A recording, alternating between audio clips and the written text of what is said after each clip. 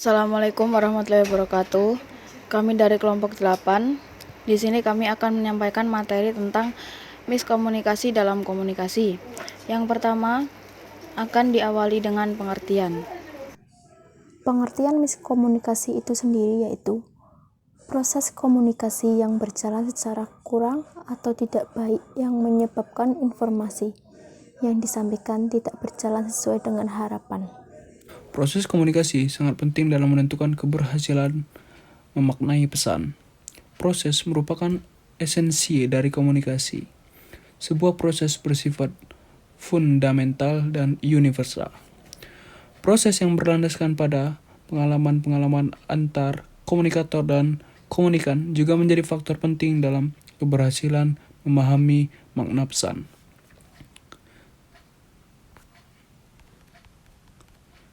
Shahram menyatakan bahwa apabila bidang pengalaman komunikator sama dengan bidang pengalaman komunikan, komunikasi akan berjalan lancar.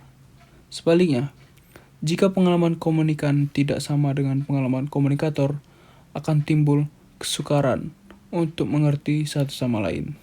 Dengan kata lain, situasi menjadi tidak komunikatif. Dalam dunia politik, ketepatan dalam memaknai makna pesan yang disampaikan dan bagaimana proses komunikasi dilakukan juga sangat penting. Terjadinya kesalahan dalam proses memberikan pesan oleh seorang politisi kepada masyarakat akan berakibat pada kesalahan dalam memaknai pesan tersebut oleh masyarakat. Bila ini terus terjadi dalam sebuah kegiatan komunikasi politik, maka maksud dan tujuan politik tersebut akan bermuara pada kekisruhan dan kekeributan. Diskusi warung kopi pun menjadi rujukan utama.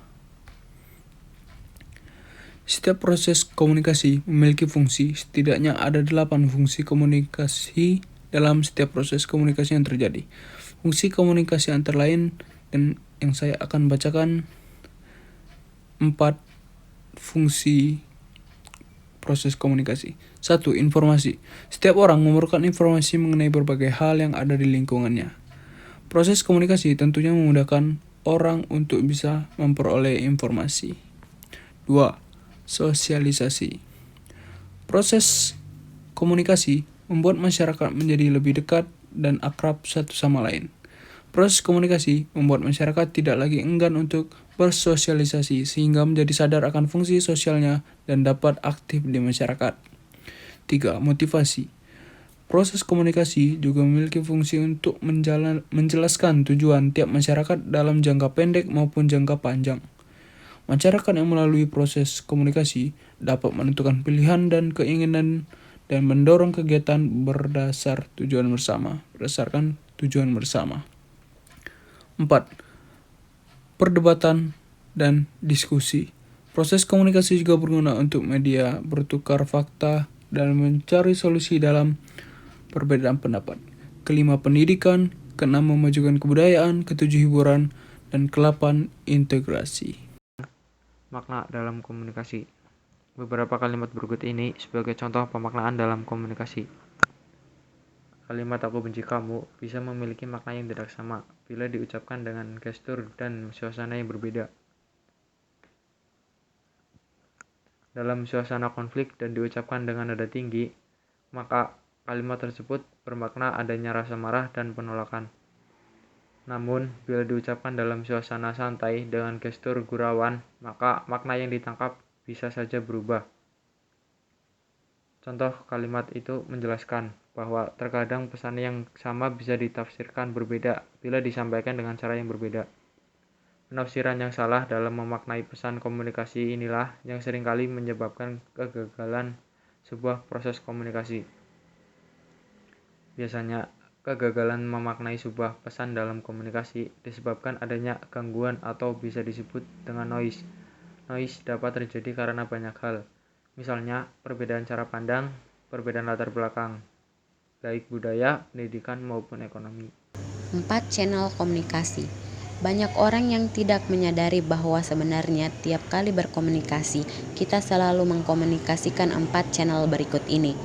Yang pertama, konten. Konten adalah arti harafiah, apa adanya dari perkataan yang kita ucapkan. Ketika kita menguasai suatu bahasa, otomatis kita akan menangkap maknanya secara langsung dan tidak ada lagi yang perlu ditafsirkan. Dari 4 channel komunikasi, kegiatan inilah yang paling mudah ditangkap oleh lawan bicara. 2. Meta. Meta adalah arti dari sebuah perkataan setelah diberikan konteks yang berlaku saat itu. Untuk bisa mengartikan meta, maksud sebenarnya, maka kita harus mengerti konteks percakapan saat itu. 3. Emotion. Dalam mengutarakan sesuatu, kita juga mengungkapkan emosi yang ada di diri kita.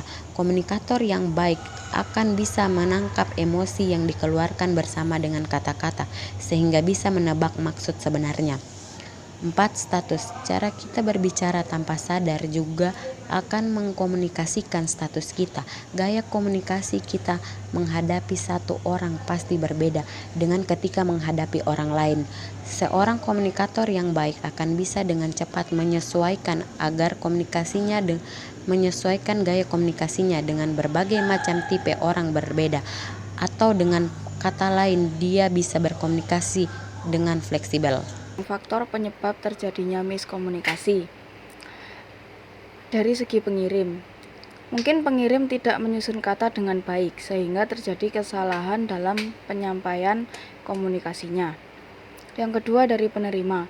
Penerima bisa jadi dalam kondisi tidak konsentrasi sehingga apa yang dibicarakan atau diinformasikan berbalik 180 derajat. Kemudian dari pesan, lisan, tulisan, dan gerak tubuh. Pengirim menyampaikan informasi tidak jelas dalam lisan. Dalam tulisan penulis menulis informasinya tidak beraturan dan tidak bisa dibaca. Dan gerak tubuh. Pengirim melakukan gerak tubuh tidak sesuai dengan yang diinformasikan. Kemudian saya akan membahas tentang hal yang dapat dilakukan untuk mengurangi miskomunikasi. Yang pertama adalah jujur dalam berkomunikasi. Yang terpenting kita harus jujur ketika tidak mengerti apa yang dimaksud atau yang disampaikan oleh lawan bicara kita. Selain merugikan diri sendiri, ini juga dapat merugikan orang lain. Bertanyalah sedetail dan sespesifik mungkin apa yang sebenarnya dimaksudkan. Coba pahami terlebih dahulu apa maksudnya. Jika memang masih tidak mengerti, tanyakan sesegera mungkin agar tidak terjadi kesalahpahaman. Yang kedua yaitu informasi jelas dan ringkas. Kita harus jelas dalam menyampaikan informasi yang dimaksud. Semakin jelas maksud kita, semakin sedikit ruang yang kita tinggalkan untuk misinterpretasi, asumsi, dan tentunya miskomunikasi. Pikirkan kembali sebelum kita memberi informasi tersebut kepada orang lain. Baca ulang apakah informasi tersebut sudah jelas tersampaikan. Yang ketiga, bagi si pengirim pesan. Sedapat mungkin komunikasikan apa yang kita maksudkan secara langsung sehingga orang lebih mudah mengartikan. Mintalah feedback atau klarifikasi dari lawan bicara sehingga kita bisa memastikan pesan kita ditangkap dengan baik dan benar. Nah, yang terakhir adalah bagi si penerima pesan. Sadari bahwa dalam komunikasi kita juga harus membaca konteks, emosi, dan status dari lawan bicara. Jangan hanya mengartikan secara harafiah saja. Jikalau ada hal yang kita ragukan, segeralah klarifikasi atau bertanya sehingga tidak terjadi kesalahpahaman. Sekian, terima kasih.